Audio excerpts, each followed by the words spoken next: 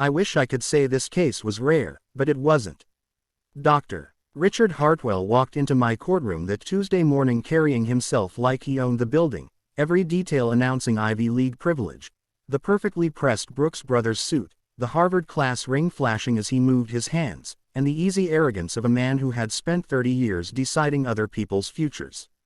At 54, he was the senior director of admissions at Brown University, and according to the charges, the architect of what prosecutors called the most sophisticated college admissions bribery scheme in Rhode Island history.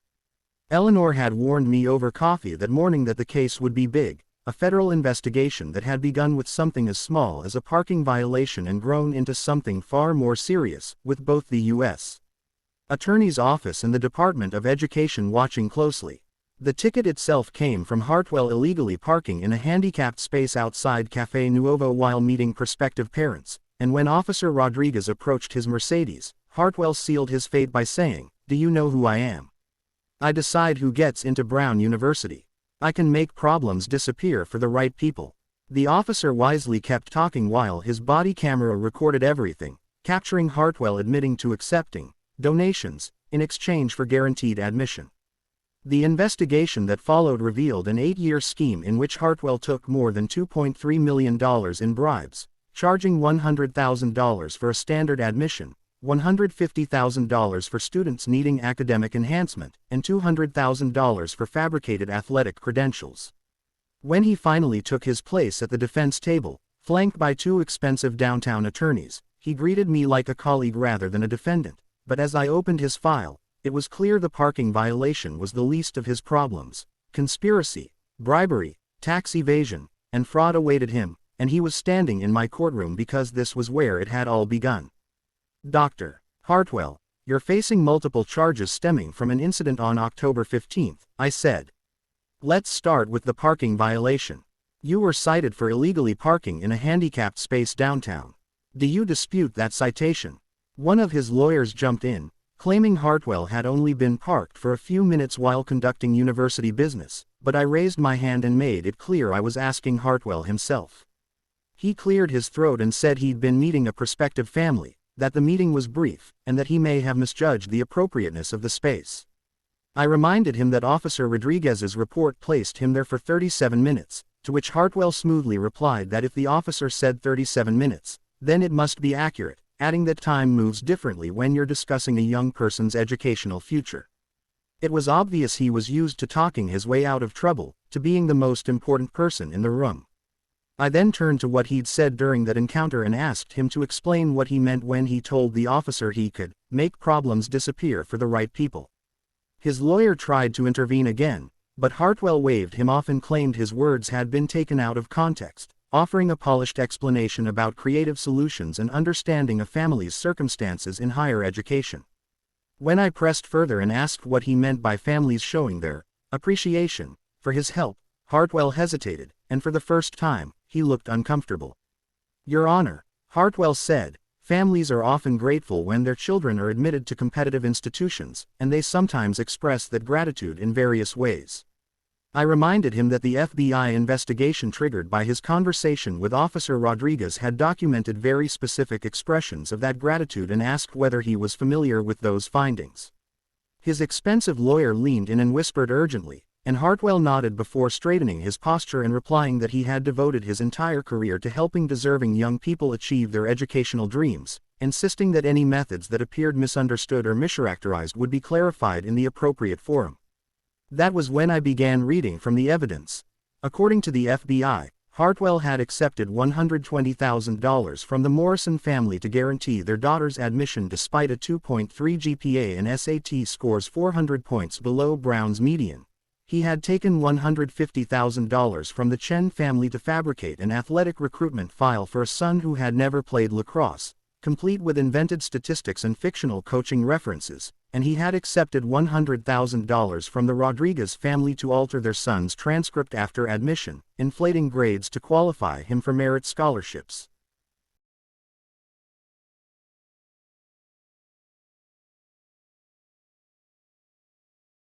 I turned to another page and described what was perhaps the most disturbing case of all. The Ashworths, who paid $200,000 to secure their daughter's admission to Brown's pre-med program despite her having failed basic high school science courses, with transcripts altered to show A's in advanced biology and chemistry classes she never took.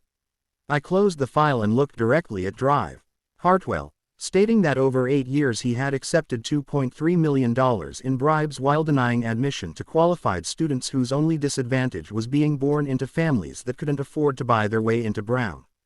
The courtroom fell completely silent, even his lawyers stopping their note-taking.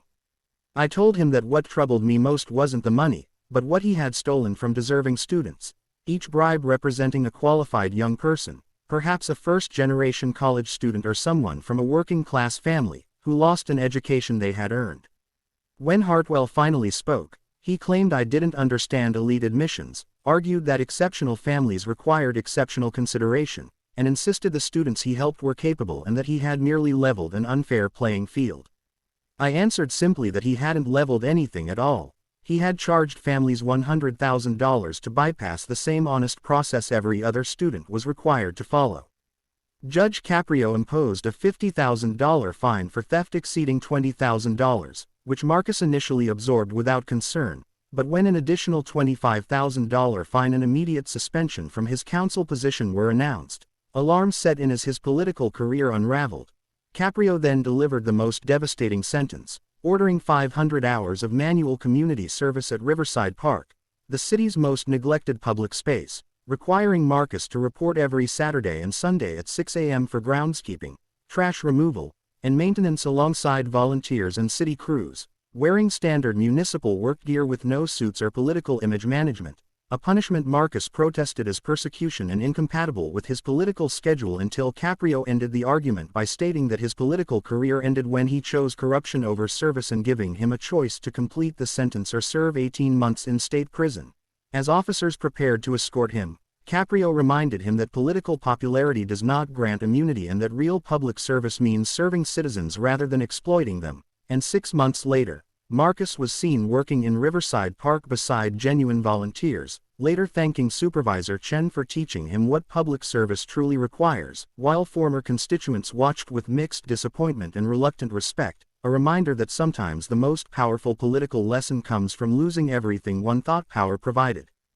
Judge Caprio adds further conditions to the sentence, requiring that the public service announcements focus on equity using court-approved scripts, that Victoria complete a donor influence ethics course, and write a 900-word reflection titled, Money versus Authority, entirely in her own words with no PR team involved, concluding before recess with the reminder that mercy is not a discount but a contract. He then goes further on the record, issuing sweeping policy recommendations to the mayor and court administration, including a public influence log for every donor phone call, a donor contact firewall, immediate towing for any vehicle blocking a van-accessible space, and a mandatory PSA series featuring real families, ending with a principle he says should stand above every courthouse door: public office is not for sale, it is for service.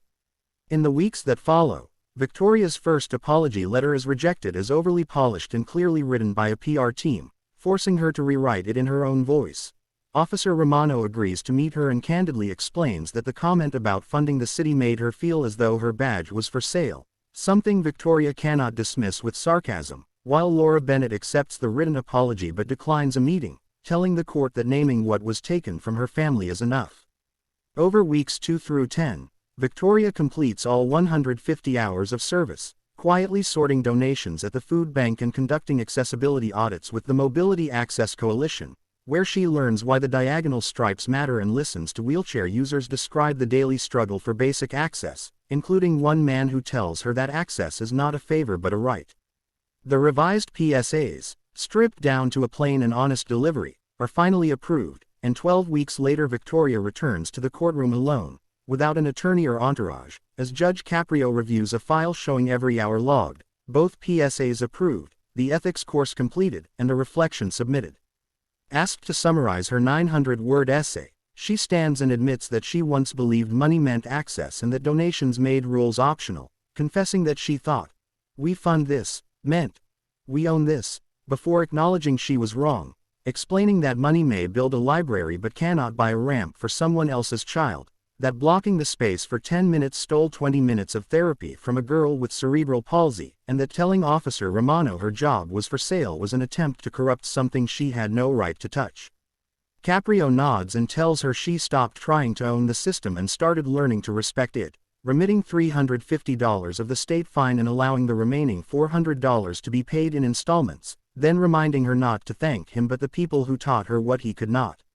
5 months later, every policy Caprio recommended is implemented, including a weekly public log of donor influence attempts, immediate citywide towing for blocked disabled spaces that cuts clearance times by nearly half, and Victoria's PSAs playing in schools across Rhode Island, quietly sparking meaningful conversations. While on a quiet Friday Caprio finishes his last case, writes a single sentence on a note card, and pins it behind the bench: "Public offices are not for sale."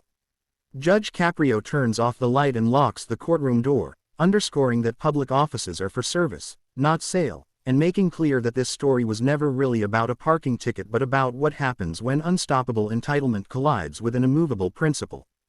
It is the story of a 23-year-old who learned that no donation is large enough to buy someone else's access to the world, and of an 80-something judge who proved that real power does not come from money but from refusing to sell what was never yours to give. The narrator thanks viewers for staying through the story, invites them to reflect on whether wealth-based intimidation cases should include mandatory community service, and shares a personal note about missing Judge Caprio on the bench, before clarifying that this was a dramatized retelling based on real events for storytelling and educational purposes, with sources and original footage linked in the description, and closing with a reminder to like, subscribe, and remember that access is not for auction.